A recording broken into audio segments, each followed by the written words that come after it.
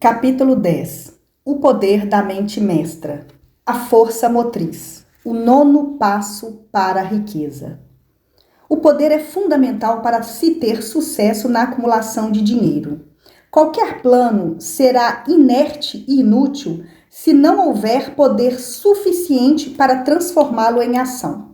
Esse capítulo descreverá o método pelo qual uma pessoa é capaz de obter e exercer o poder. O poder pode ser definido como conhecimento organizado e dirigido com inteligência. O poder, da maneira como a palavra é aqui usada, refere-se a um esforço organizado suficiente para permitir que uma pessoa transforme o desejo no equivalente financeiro. Esse esforço organizado é obtido a partir de uma coordenação de esforços de duas ou mais pessoas que trabalham juntas para um determinado fim, num espírito de harmonia. O poder é necessário para a acumulação de dinheiro. O poder é necessário para manter o dinheiro depois dele ter sido acumulado. Vamos esclarecer como o poder pode ser adquirido. Se poder é um conhecimento organizado, examinemos primeiro as fontes desse conhecimento. A. Inteligência infinita. Essa fonte de conhecimento pode ser contatada por meio do procedimento descrito em outro capítulo com a ajuda da imaginação criativa. B. Experiência acumulada. A experiência acumulada dos seres humanos, ou pelo menos a parte que foi organizada e registrada, pode ser encontrada em qualquer biblioteca pública de bom nível. Parte importante dessa experiência acumulada é ensinada em escolas e universidades públicas, onde foi classificada e organizada. C. Pesquisa e experiência. No campo da ciência, assim como em praticamente todos os outros ramos do conhecimento, as pessoas estão reunindo, classificando e organizando fatos novos diariamente. Essa é a fonte para a qual temos que nos virar quando o conhecimento ainda não está disponível como experiência acumulada. Aqui também, a imaginação criativa deve ser utilizada com frequência. O conhecimento pode ser adquirido a partir de qualquer uma das fontes acima. Pode ser convertido em poder se for organizado em planos bem definidos que sejam colocados em ação. Um exame das 3 principais fontes de conhecimento revela prontamente a dificuldade que uma pessoa teria se dependesse apenas dos próprios esforços para reunir todo esse conhecimento e expressá-lo em planos bem definidos, que pudessem ser postos em práticas. Se os planos dela forem ambiciosos, ela geralmente terá que convencer outras pessoas a cooperar antes de injetá-los com o necessário elemento do poder. Conquistando o poder pela mente mestra. A mente mestra pode ser definida da seguinte maneira: uma coordenação de esforço, conhecimento, num espírito de harmonia entre duas ou mais pessoas para alcançar um objetivo definido. Nenhuma pessoa pode ter grande poder sem utilizar uma mente mestra. No capítulo anterior, foram dadas instruções sobre a criação dos planos para transformar um desejo no equivalente monetário. Se você puser em prática essas instruções, com perseverança e inteligência, e escolher bem o seu grupo de mente mestra, já terá meio caminho andado em direção ao seu objetivo antes que se dê conta disso. Para você compreender o potencial intangível do poder que terá disponível por meio de uma mente mestra bem escolhida, vamos explicar aqui 2 características do princípio da mente mestra, uma de natureza econômica e outra espiritual. A característica econômica é óbvia. Uma vantagem econômica pode ser obtida a partir de qualquer pessoa que se cerque dos conselhos, da orientação e da cooperação pessoal de um grupo de pessoas dispostas a ajudá-lo de todo o coração, num espírito de perfeita harmonia. Esta forma de aliança cooperativa é a base de quase todas as grandes fortunas existentes. O fato de você compreender essa grande verdade pode ser determinante para a sua situação financeira. A fase espiritual do princípio da mente mestra é bem mais abstrata e difícil de se compreender, porque diz respeito a forças espirituais que a raça humana em geral não conhece direito. mas que pode ter uma boa ideia do que estou falando a partir da seguinte frase: duas mentes nunca se juntam sem criarem uma terceira força, invisível e intangível, com as características de uma terceira mente. Tenha sempre em mente o fato de que só existem dois elementos conhecidos no universo: matéria e energia. É fato notório que a matéria pode ser dividida em unidades, moléculas, átomos e elétrons. Há unidades de matéria que podem ser isoladas, separadas e analisadas. O mesmo acontece com as unidades de energia. A mente humana é uma forma de energia, sendo que parte dela é de natureza espiritual. Quando as mentes de duas pessoas são coordenadas num espírito de harmonia, as unidades espirituais de energia de cada uma delas criam uma afinidade que constitui a parte espiritual da mente mestra. O princípio da mente mestra, ou melhor, a característica econômica, foi mostrado para mim pela primeira vez por Andrew Carnegie, há mais de 25 anos. A descoberta desse princípio foi responsável por eu ter escolhido essa linha de trabalho para a minha vida. A mente mestra do Sr. Carnegie se compunha de um grupo formado por cerca de 50 homens, dos quais ele se cercava com o objetivo definido de fabricar e comercializar aço. E ele atribui toda a sua fortuna ao poder que acumulou através dessa mente mestra. Verifique o currículo de qualquer pessoa que tenha acumulado uma grande fortuna e muitas que acumularam uma fortuna menor e verá que elas se utilizaram consciente ou inconscientemente do princípio da mente mestra. Não se pode acumular grande poder a não ser por esse princípio. A energia é o material de trabalho da natureza com o qual ela constrói todas as coisas materiais do universo, inclusive o ser humano e toda forma de vida animal ou vegetal. Por um processo que só a própria natureza compreende inteiramente, ela transforma a energia em matéria. Esse material de construção da natureza está disponível para as pessoas com a energia presente nos pensamentos. O cérebro de uma pessoa, que pode ser comparado a uma bateria, ele só absorve a energia do éter que permeia todos os átomos de todas as matérias e preenche a totalidade do universo. É inegável que um grupo de baterias elétricas vai gerar mais energia do que uma única bateria, assim como também é inegável que uma bateria sozinha vai gerar uma energia proporcional à quantidade e capacidade de células que contiver. O cérebro funciona de maneira semelhante, e isso explica porque alguns cérebros são mais eficientes que outros, o que, por sua vez, leva a uma afirmação significativa. Um grupo de cérebros coordenados ou conectados num espírito de harmonia, assim como um grupo de baterias elétricas, vai gerar mais energia do que uma única bateria. Com essa metáfora fica absolutamente claro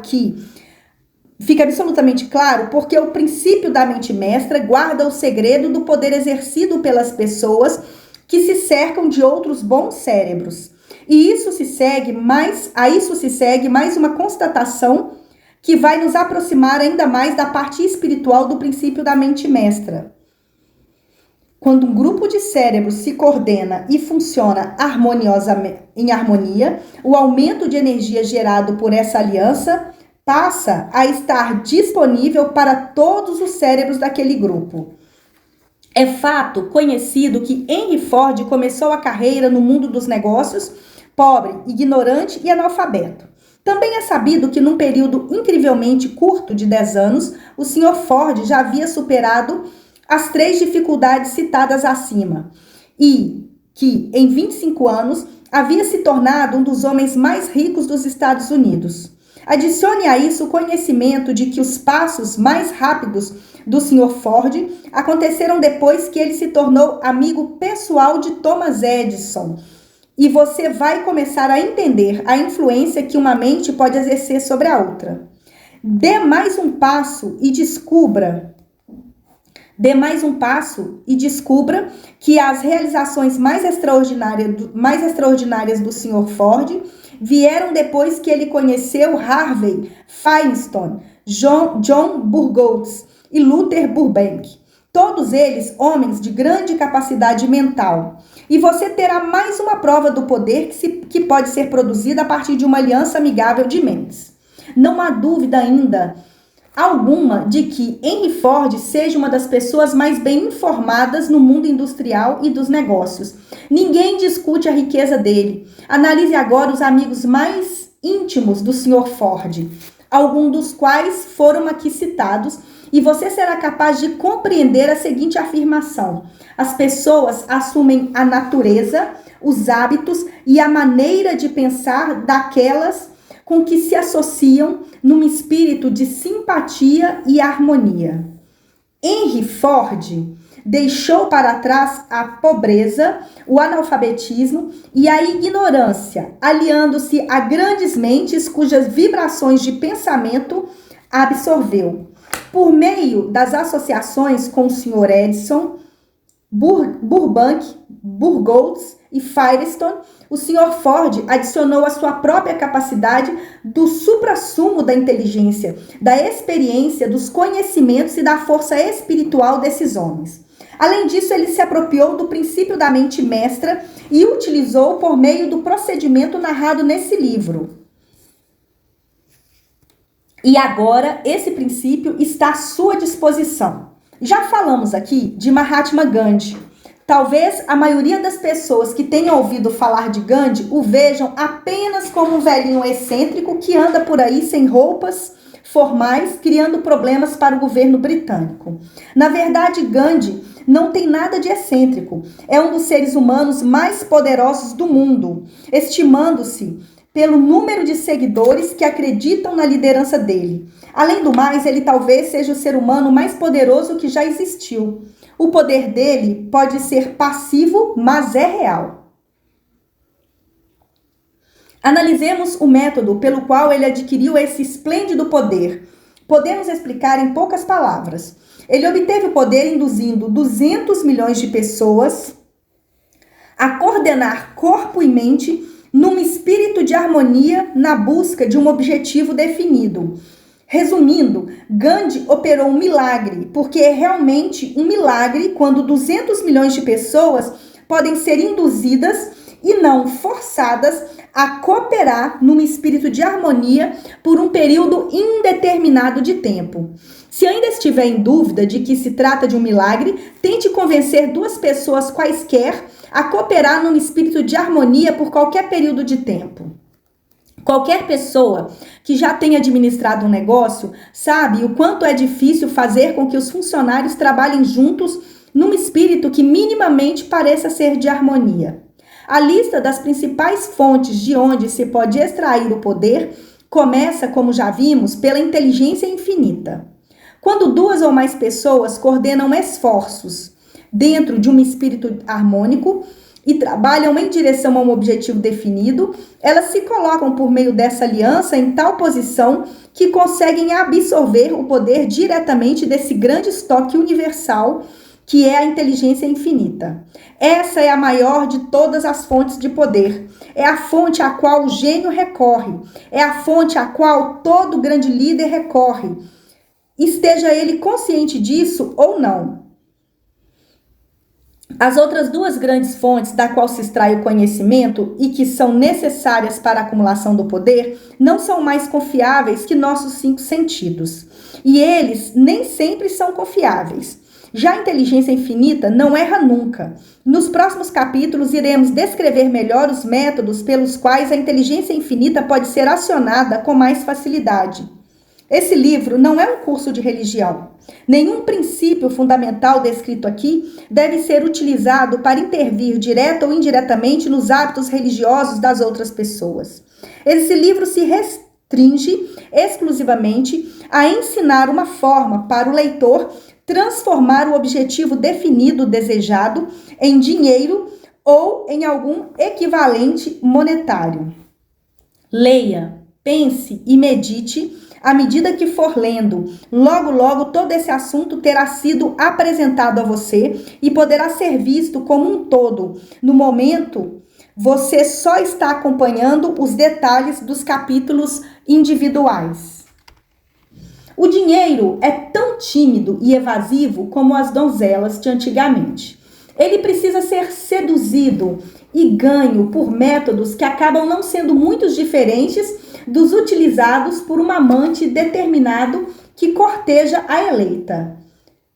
E, coincidência ou não, o poder usado para seduzir o dinheiro não é muito diferente do que se usa para cortejar uma donzela. Esse poder, quando bem utilizado na busca pelo dinheiro, precisa ser misturado com a fé, precisa ser misturado ao desejo, precisa ser misturado com perseverança e precisa ser posto em prática por meio de um plano. Quando o dinheiro chega numa enxurrada, ele flui para quem o acumula com a mesma facilidade com que a água corre montanha abaixo. Existe um grande fluxo invisível de poder que pode ser comparado a um rio, exceto pelo fato de que um lado corre numa direção, dragando todos os que entram daquele lado na direção da riqueza, e o outro corre na direção oposta, carregando todos os infelizes que nele entram e que não conseguem se livrar dele, numa espiral negativa de pobreza e miséria. Toda pessoa que acumulou uma grande fortuna conhece muito bem esse fluxo da vida. Ele se baseia no que a pessoa pensa. As emoções positivas do pensamento formam aquele lado do rio que leva à fortuna. As emoções negativas formam o lado que leva à pobreza. Isso é de importância capital para quem estiver lendo esse livro com o objetivo de acumular fortuna. Se estiver daquele lado do rio que leva à pobreza, o livro pode servir como um remo com o qual você pode se esforçar para chegar a outra margem, mas só vai servir se você efetivamente utilizá-lo na prática. Só ler e fazer algumas elucubrações não vai lhe levar a lugar algum. Algumas pessoas se alternam entre os lados positivos e negativos do rio, ficando às vezes no lado positivo e outras vezes no negativo. O crash de 1929 carregou milhões de pessoas do lado positivo para o negativo. Esses milhões de pessoas hoje estão lutando, algumas delas desesperadas e mortas de medo, para voltar outra vez para o lado positivo. Esse livro foi escrito principalmente para esses milhões. A pobreza e a riqueza muitas vezes trocam de lugar. O crash ensinou essa verdade ao mundo, apesar de saber que o mundo não vai guardá-la na memória por muito tempo. A pobreza pode, e muitas vezes isso acontece, tomar o lugar da riqueza. Quando a riqueza toma o lugar da pobreza, isso geralmente acontece devido a planos bem concebidos e executados. Já a pobreza não tem que planejar nada, não precisa de ajuda de ninguém, porque ela toma o espaço e é impiedosa. Já a riqueza é tímida, precisa ser atraída. Qualquer um tem o direito de querer ser rico. Qualquer um tem o direito de querer ser rico. Aliás, a maioria das pessoas quer, mas muito poucos sabem que um plano bem definido, somado a um desejo ardente de riqueza, é o único caminho confiável que se tem para acumular dinheiro. Capítulo 11. O mistério da transmutação sexual. O 10º passo para a riqueza. O significado da palavra transmutar é, em termos simples, mudar ou transferir um elemento ou tipo de energia para outro. A emoção do sexo gera um estado de espírito. Por causa da ignorância que existe em relação a esse assunto, esse estado de espírito é geralmente associado ao físico. E por causa de influências inadequadas, às quais a maioria das pessoas está sujeita, a mente ficou totalmente condicionada a encarar somente o lado físico do sexo. Na verdade, a emoção do sexo apresenta 3 possibilidades construtivas. São elas: 1. A perpetuação da raça humana. 2. A manutenção do bem-estar físico. Como agente terapêutico, não há nada melhor. 3. A transformação da mediocridade em genialidade por meio da transmutação.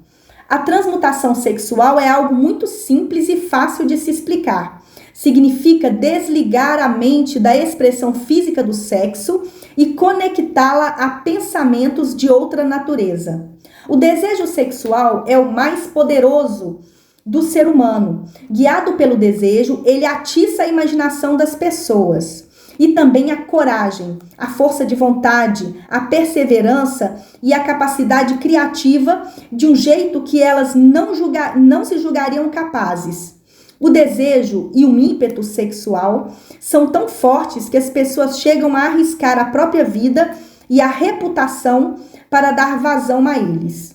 Quando redirecionada a outras frentes e bem utilizada, essa força motriz mantém todos os atributos de coragem, vivacidade, de imaginação, etc., que podem ser utilizados como forças poderosas e criativas nas artes, na literatura ou em qualquer ofício ou profissão, inclusive na acumulação de riqueza. A transmutação da energia sexual exige força de vontade, evidentemente, mas a recompensa vale o esforço. O desejo de expressão sexual é natural. Ele nasce com as pessoas. Esse desejo não pode ser abafado ou eliminado, mas deve ter mecanismos de expressão que enriqueçam o corpo, a mente e o espírito das pessoas. Se pela transmutação ele não dispuser desses mecanismos, vai procurar se expressar pelos canais exclusivamente físicos. Um rio pode ser represado e a água controlada por algum tempo, mas no fim ele vai acabar forçando uma saída. O mesmo vale para a emoção do sexo. Ela pode ser abafada e controlada por algum tempo, mas a própria natureza exige que ela esteja sempre procurando uma forma de expressão. Se não for transmutada em alguma atividade criativa, vai acabar encontrando uma forma de vazão menos nobre. Bem-aventurada é a pessoa que descobriu como dar vazão à emoção do sexo por meio de algum esforço criativo, porque com essa descoberta ela se ergue à categoria de gênio. A pesquisa científica revelou os seguintes fatos significativos. 1. Os homens mais realizados são aqueles cuja natureza sexual é mais desenvolvida. Aqueles que aprenderam a arte da transmutação sexual. 2. Os homens que acumularam as maiores fortunas e que obtiveram maior reconhecimento na literatura, nas artes, na arquitetura e nas demais profissões, foram motivados pela influência de uma mulher. A pesquisa na qual se baseia essa impressionante descoberta voltou mais de 2000 anos nas páginas da história e das biografias de pessoas notáveis. Sempre que havia indícios disponíveis sobre as vidas particulares das pessoas altamente realizadoras, a indicação mais convincente é que elas possuíam naturezas sexuais extremamente desenvolvidas. A emoção do sexo é uma força irresistível, contra a qual não pode haver oposição de um corpo imóvel. Quando conduzidas por essa emoção, as pessoas são agraciadas com superpoderes para a ação. Compreenda essa verdade e você vai entender o significado da frase em que eu disse que a transmutação do sexo eleva a pessoa à categoria de gênio. A emoção do sexo contém o segredo da habilidade criativa. Prova disso é o que acontece com qualquer animal que seja castrado. Um touro passa a ter a mesma docilidade de uma vaca depois de ter sido sexualmente alterado. A alteração sexual tira do macho, homem ou animal, todo o instinto de luta que há dentro dele. A alteração sexual da fêmea tem o mesmo efeito. Os 10 estímulos mentais. A mente humana responde a estímulos pelos quais ela pode ser instada a atingir um grau alto de vibração, o que chamamos de entusiasmo, imaginação criativa, desejo intenso. Os estímulos aos quais a mente responde mais livremente são: desejo de expressão sexual, amor, um desejo ardente por fama, poder, lucro financeiro ou dinheiro. Música, amizade com pessoas do mesmo sexo ou do sexo oposto. Uma aliança de mente mestra baseada na harmonia de duas ou mais pessoas que se juntam para o progresso espiritual ou secular. Sofrimento mútuo, como o experimentado por pessoas que são perseguidas. Autossugestão, medo, álcool e entorpecentes. O desejo de expressão sexual vem no alto da lista dos estímulos que mais aceleram as vibrações da mente e fazem girar as rodas na ação física. 8 desses estímulos são naturais e construtivos, 2 são destrutivos. Esta lista é apresentada aqui com o objetivo de permitir que você faça um estudo comparativo das maiores fontes de estimulação mental. Com esse estudo, logo se verá que a emoção do sexo é de longe a mais intensa e poderosa de todos os estímulos mentais. Essa comparação é necessária para demonstrar a afirmação de que a transmutação da energia sexual pode elevar alguém à categoria de gênio. Vejamos de que consiste a genialidade.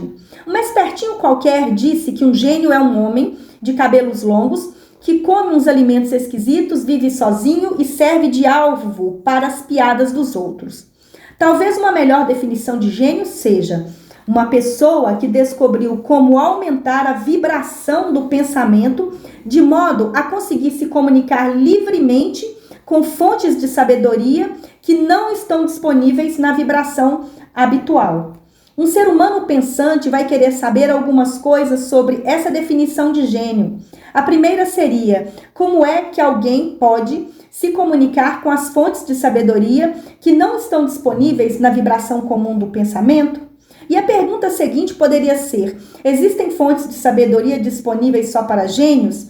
Em caso afirmativo, que fontes são essas e como exatamente elas podem ser acessadas? Nós vamos provar aqui algumas das afirmações mais importantes feitas nesse livro, ou pelo menos dar indícios suficientes para que você mesmo comprove o que dizemos com suas próprias experiências. Com isso, passemos à resposta das duas perguntas. O gênio se desenvolve pelo sexto sentido. A existência de um sexto sentido já foi razoavelmente comprovada. O sexto sentido é a imaginação criativa. A grande maioria das pessoas jamais se utiliza desta faculdade a vida inteira. Um número relativamente pequeno de pessoas faz uso deliberada e propositadamente da imaginação criativa. Os que dela se utilizam voluntariamente e compreendem essas funções são gênios. A imaginação criativa é a ligação direta entre a mente finita do ser humano e a inteligência infinita. Todas as chamadas revelações, que normalmente estão no campo da religião, e todas as descobertas de princípios novos e elementares no campo da invenção acontecem por causa desta faculdade. Quando ideais ou conceitos entram na mente de alguém, por meio daquilo que costumamos chamar de instinto, eles partem de uma destas fontes.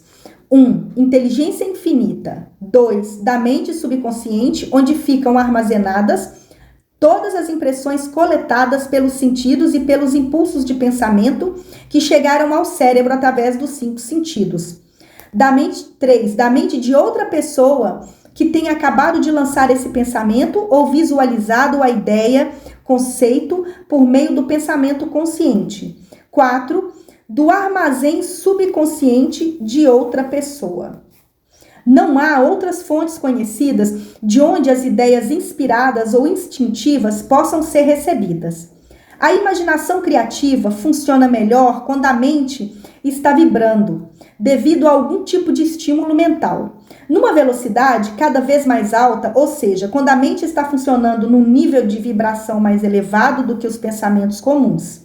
Quando a ação do cérebro foi estimulada por um ou mais dos 10 estímulos mentais, ela tem o efeito de erguer o indivíduo muito acima do horizonte dos pensamentos comuns e permite que ele enxergue ao longe o tamanho e a qualidade dos pensamentos de um jeito que não há de um jeito que não está disponível no plano mais baixo, como aqueles que ocupam a mente quando nos dedicamos à solução de problemas no dia a dia. Guardando-se as devidas proporções, quando a pessoa é erguida a esse nível mais alto de pensamento por um estímulo mental qualquer, ela ocupa a mesma posição de alguém dentro de um avião voando tão alto que se pode ver acima e além da linha do horizonte que limitava a visão em terra.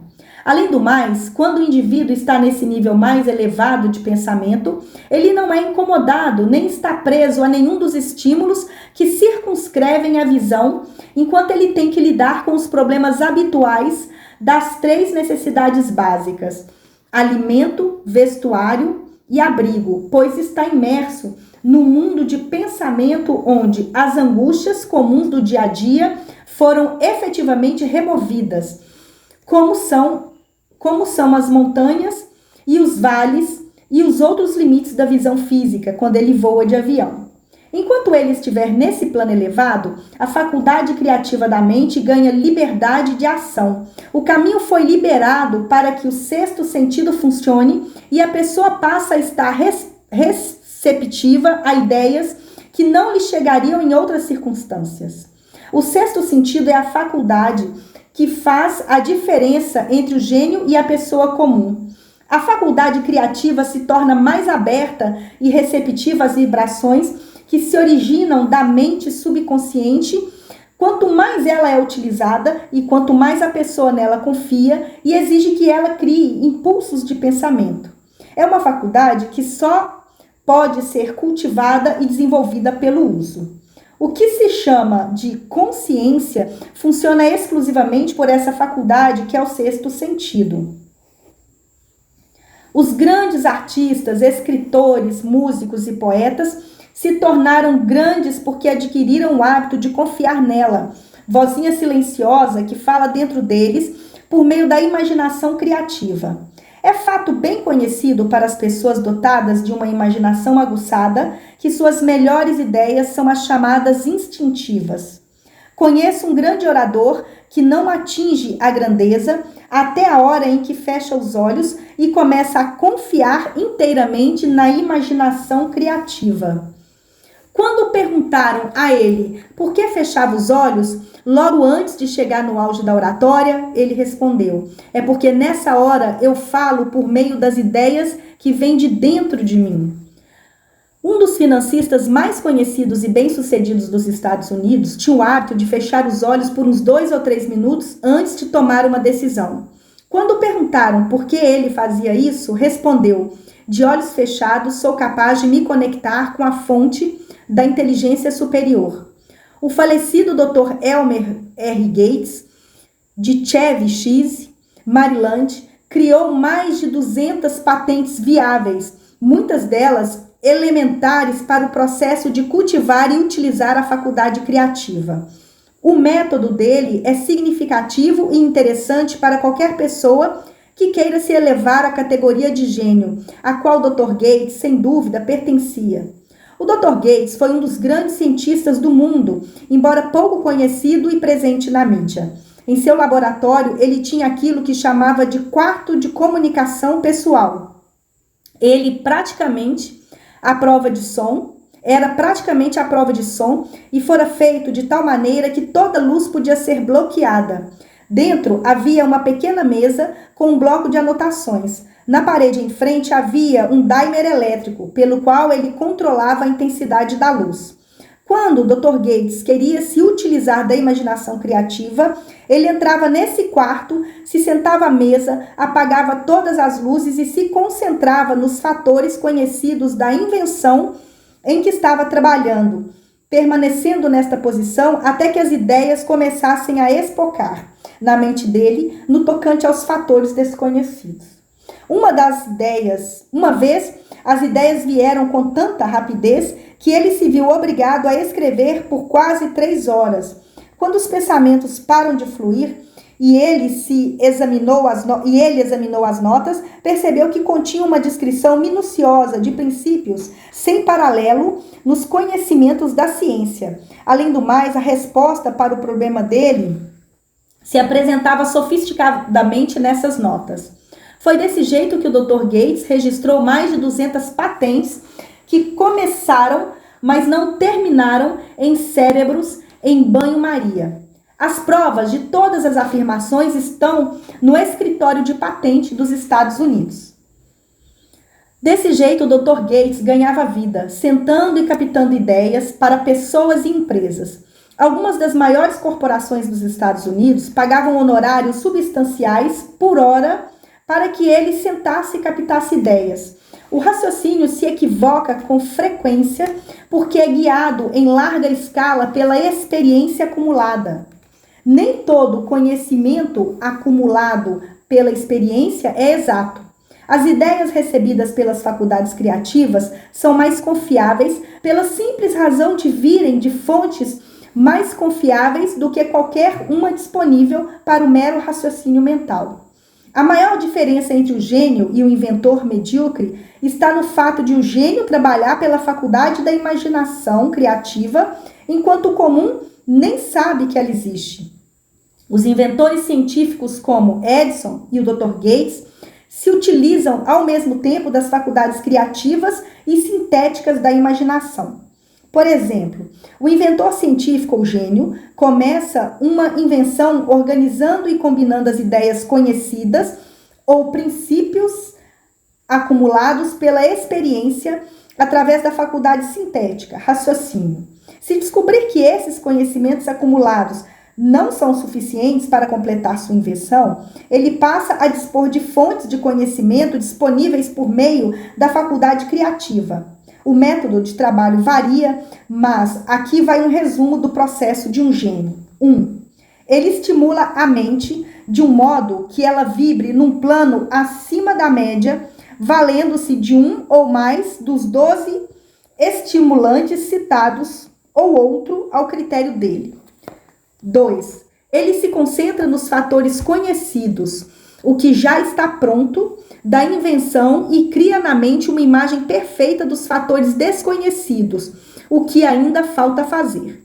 Ele fixa essa imagem na mente até ela ter ficado gravada no subconsciente e depois relaxa, esvaziando a mente de todos os pensamentos e espera a resposta piscar como um flash.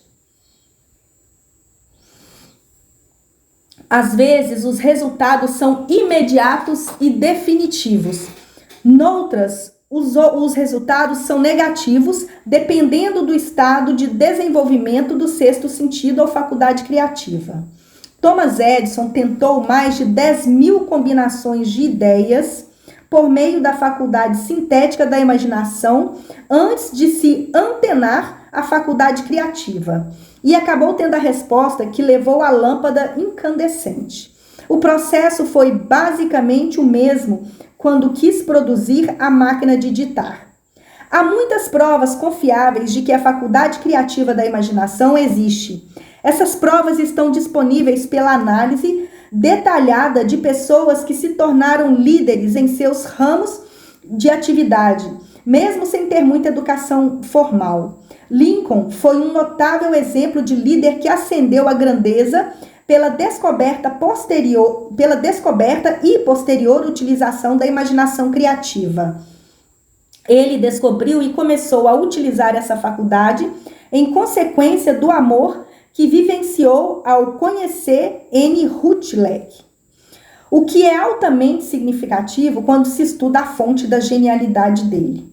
As páginas da história estão cheias de grandes líderes cujas realizações podem ser ligadas diretamente à influência de mulheres que despertaram neles a faculdade criativa da mente pelo estímulo do desejo sexual. Um deles foi Napoleão Bonaparte. Enquanto foi inspirado pela primeira mulher, Josephine, ele foi invencível e irresistível. Mas quando pensou melhor e o raciocínio fez com que ele descartasse Josephine, começou a entrar em declínio. A derrota e o exílio em Santa Helena não estavam muito longe.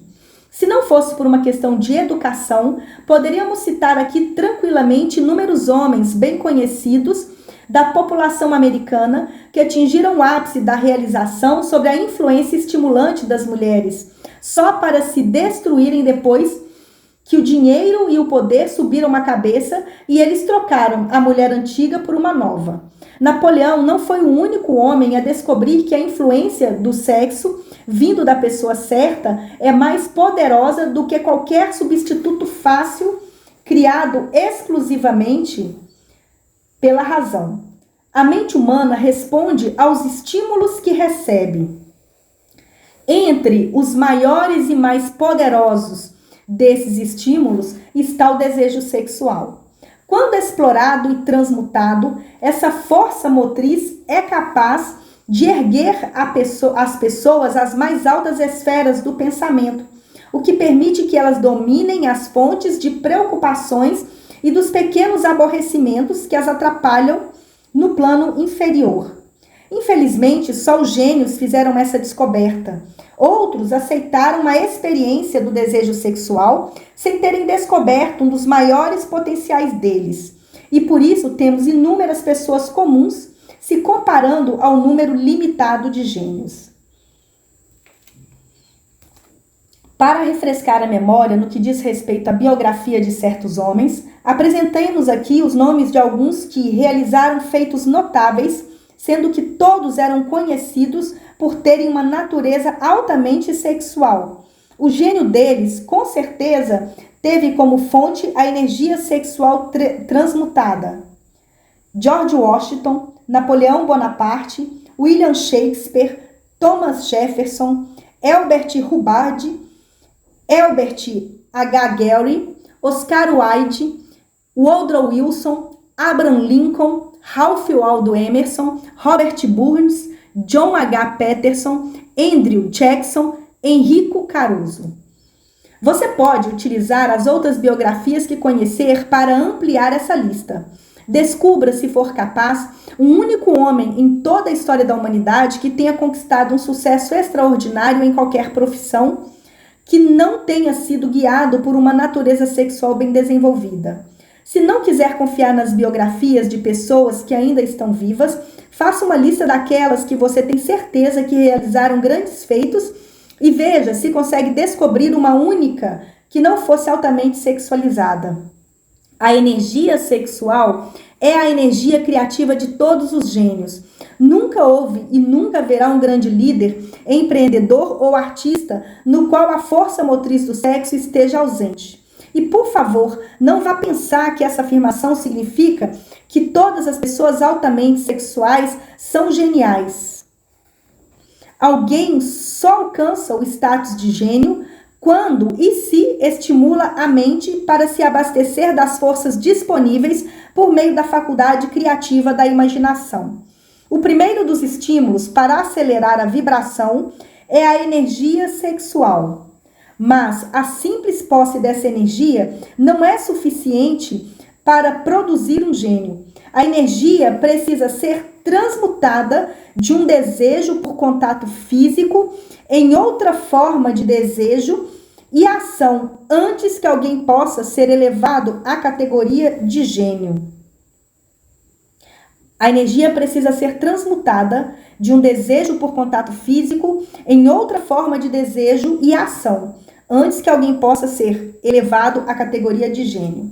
Longe de se tornarem gênios por causa do intenso desejo sexual, a maioria dos homens acaba se rebaixando a não compreender e não utilizar corretamente esta grande força ao status de mero animal. Por que as pessoas raramente fazem sucesso antes dos 40 anos?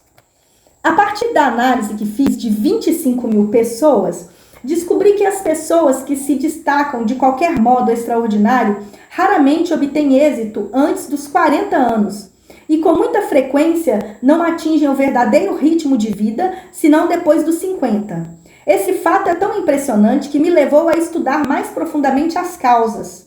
Uma investigação que se estendeu por mais 12 anos. O estudo demonstrou que o maior motivo pelo qual a maioria dos homens só passa a ser bem-sucedido após os 40 ou 50 anos é a tendência de se desperdiçar energia dedicando-se excessivamente à expressão física do sexo. A maioria dos homens nunca aprende que o desejo sexual oferece outras possibilidades que são muito mais importantes que a mera expressão física. E a maioria dos que descobrem só faz isso depois de ter desperdiçado muitos anos de vida, num período em que a energia sexual está no auge antes de chegar aos 40 ou 50 anos. E isso se segue normalmente uma realização notável. A vida de muitos homens depois dos 40, a vida de muitos homens até os 40 anos, e às vezes bem depois disso, reflete um desperdício contínuo de energia que poderia ser muito mais lucrativa se desviada para outros canais. Mas ele acaba lançando a emoção mais poderosa e elevada aos quatro ventos. Foi desse hábito eminentemente masculino que surgiu a expressão espalhar os grãos selvagens. O desejo de expressão sexual é dissipado. A emoção humana mais forte e impetuosa. O desejo de expressão sexual é disparado. A emoção humana mais forte e impetuosa. Por isso, se esse desejo for bem aproveitado e transmutado em ação, em vez de mera expressão física, pode elevar uma pessoa ao nível de genialidade. Um dos empresários mais competentes dos Estados Unidos confessou com toda a franqueza que a bela secretária foi responsável pela maior parte dos planos que ele criou. Confessou também que a mera presença dela o erguia ao mais alto nível da imaginação criativa, de uma maneira que ele não vivenciava sobre qualquer outro estímulo. Um dos homens mais bem-sucedidos dos Estados Unidos deve boa parte do sucesso à influência de uma senhorita muito charmosa que lhe serviu como fonte de inspiração por mais de 12 anos. Todo mundo sabe a quem nos referimos, mas nem todo mundo conhece a verdadeira fonte das realizações dele. A história está cheia de exemplos de homens que atingiram o status de gênio em consequência de estímulos artificiais, como álcool e narcóticos. Edgar Allan Poe escreveu O Corvo, influenciado pela bebida, sonhando como nenhum mortal jamais se atreveu a sonhar. James Whitcomb Riley escreveu as melhores obras sobre a influência do álcool. Talvez seja por isso que ele viu a mistura ordenada e intercalada de sonho e realidade, o moinho acima do rio e a bruma sobre a nascente. Robert Burns também escrevia melhor quando bebia. Para Auld Lang meu caro, bebamos um gole de gentileza. A Auld Lang. Mas também devemos lembrar que no final muitos deles acabaram se destruindo. A natureza preparou as poções com as quais as pessoas podem estimular a mente em segurança, de modo que elas vibrem num plano que as permita entrar em sintonia com aqueles pensamentos finos e raros que chegam. Sabe lá Deus de onde? Nenhum substituto foi descoberto para os estimulantes da natureza. Os psicólogos conhecem bem o fato de que há uma relação muito próxima entre o desejo sexual e os anseios espirituais. Um fato que responde pelo comportamento muito peculiar das pessoas que participam de orgias chamadas de renascimentos religiosos, muito comum entre tipos mais primitivos. O mundo é regido e o destino da civilização determinado pelas emoções humanas. As pessoas são influenciadas nas suas ações nem tanto pela razão, mas pelo feeling. A faculdade criativa da mente entra em ação exclusivamente por conta das emoções e não pelo raciocínio. A mais poderosa emoção humana é o sexo. Há outros estimulantes mentais, alguns dos quais listados aqui, mas nenhum deles, nem todos eles juntos, são páreo para essa força motriz que é o sexo. Um estimulante mental é qualquer influência que, temporária ou permanentemente, aumente a vibração do pensamento. Os 10 maiores estímulos aqui citados são aqueles aos quais as pessoas recorrem com maior frequência. Por essas fontes, pode-se entrar em comunhão com a inteligência infinita ou acessar, quando se quiser, o armazém da mente subconsciente, seja a dele própria ou de outra pessoa, um processo que é próprio da marca do gênio. Um professor que treinou e conduziu os esforços de mais de 30 mil vendedores fez a impressionante descoberta que os homens mais sexualizados são os melhores vendedores. A explicação é que aquele fator da personalidade que chamamos de magnetismo pessoal, não é nada mais, nada menos que a energia sexual. Pessoas altamente sexualizadas dispõem de muito magnetismo. Se for cultivada e compreendida, essa força vital pode ser utilizada de uma maneira extremamente proveitosa nas relações humanas. Essa energia pode ser comunicada aos outros utilizando os seguintes meios. 1. O aperto de mão. O cumprimento indica na mesma hora a presença do magnetismo ou a sua ausência. 2. O tom de voz. O magnetismo ou energia sexual é o fator que colore a voz ou que deixa charmosa e musical. 3. Porte e postura corporal. Pessoas altamente sexuais se movem rapidamente, com graça e tranquilidade.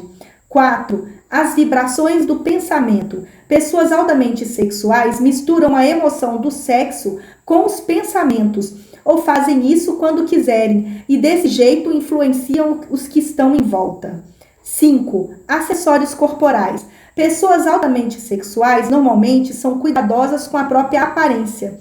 Geralmente escolhem um tipo de roupa que combine com a personalidade, sua compleição física, etc. Na hora de contratar, os gerentes mais competentes buscam o magnetismo pessoal como a primeira qualidade essencial de um bom vendedor. Pessoas com pouca energia sexual nunca vão ser entusiasmadas nem inspirar o entusiasmo alheio, e entusiasmo é um dos primeiros requisitos na hora de se vender alguma coisa, o que quer que seja. O palestrante, o pregador, o advogado ou o vendedor em que falta energia sexual é um fracasso no que diz respeito a influenciar os outros.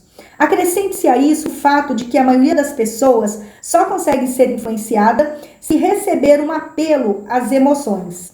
E você vai entender a importância da energia sexual como parte do talento de um vendedor nato. Os supervendedores viram verdadeiros mestres na arte de vender porque, consciente ou inconscientemente, transmutam a energia sexual em entusiasmo comercial. Com isso, acabamos de dar uma sugestão bastante prática do real significado da transmutação sexual. O vendedor que sabe desligar a mente do sexo e dirigi-la para um esforço de venda com a mesma dedicação e entusiasmo que dedicaria o objetivo original, conquistou a arte de transmutação sexual, independente de saber disso ou não. A maioria dos vendedores que transmutam a energia sexual faz isso sem a menor ideia do que ou de como estão fazendo. A transmutação da energia sexual exige uma força de vontade muito maior do que uma pessoa comum acredita ser necessária. Os que acharem difícil acionar tanta força de vontade, aviso que essa é uma habilidade que pode ser desenvolvida aos poucos, embora exija muita determinação. A recompensa por essa prática vale mais do que o esforço. A maioria das pessoas tem uma ignorância quase que imperdoável a respeito do sexo. A necessidade sexual é tão mal compreendida, difamada e desencaminhada pelos ignorantes e mal intencionados que a própria palavra sexo raramente é usada entre pessoas cultas. Os homens e as mulheres que foram abençoados, sim, abençoados, com uma natureza altamente sexual, geralmente são desprezados como inferiores. Em vez de serem consideradas abençoadas, são geralmente distratadas. Milhões de pessoas, mesmo numa época iluminada como a nossa, ainda sentem um complexo de inferioridade que criaram por causa da falsa crença de que uma natureza altamente sexual é uma maldição. Essas afirmações sobre as virtudes da energia sexual não devem ser interpretadas como uma apologia à libertinagem. A emoção do sexo só é uma virtude quando usada com inteligência e ponderação, mas ela também pode ser tão mal utilizada, e isso acontece muito, que acaba denegrindo, em vez de enriquecer o corpo e a mente. O melhor uso dessa força é o que este capítulo se propõe a tratar.